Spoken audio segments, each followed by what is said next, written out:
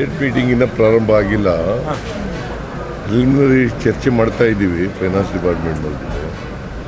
So 2ನೇ ತಾರೀಕಿನಿಂದ ಪ್ರಾರಂಭ ಆಗುತ್ತೆ, ಸ್ಟ್ರಿಕ್ಟಾಗಿ 2ನೇ ತಾರೀಕಿನಿಂದ.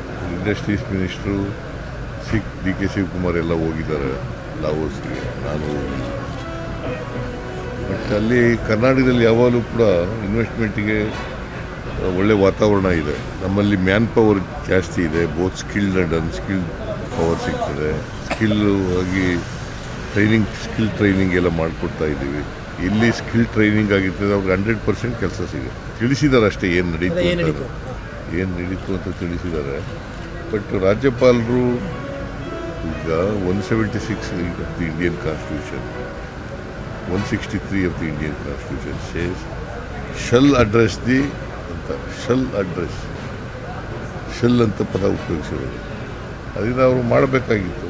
ಜಂಟಿ ಅಧಿವೇಶನ ಮಾಡುವಾಗ ನಾವು ಸರ್ಕಾರ ಏನು ಬರ್ಕೊಡ್ತೀವಿ ಅದನ್ನು ಮಾಡಲೇಬೇಕು, ಡಿಸ್ಕ್ರಿಷನ್ ಇಲ್ಲ. ಬಟ್ ಅವರು ಚೇಂಜ್ ಮಾಡ್ಕೊಳ್ಳೋಕ್ಕೆ ಸಾಧ್ಯತೆ ಇರ್ತದೆ.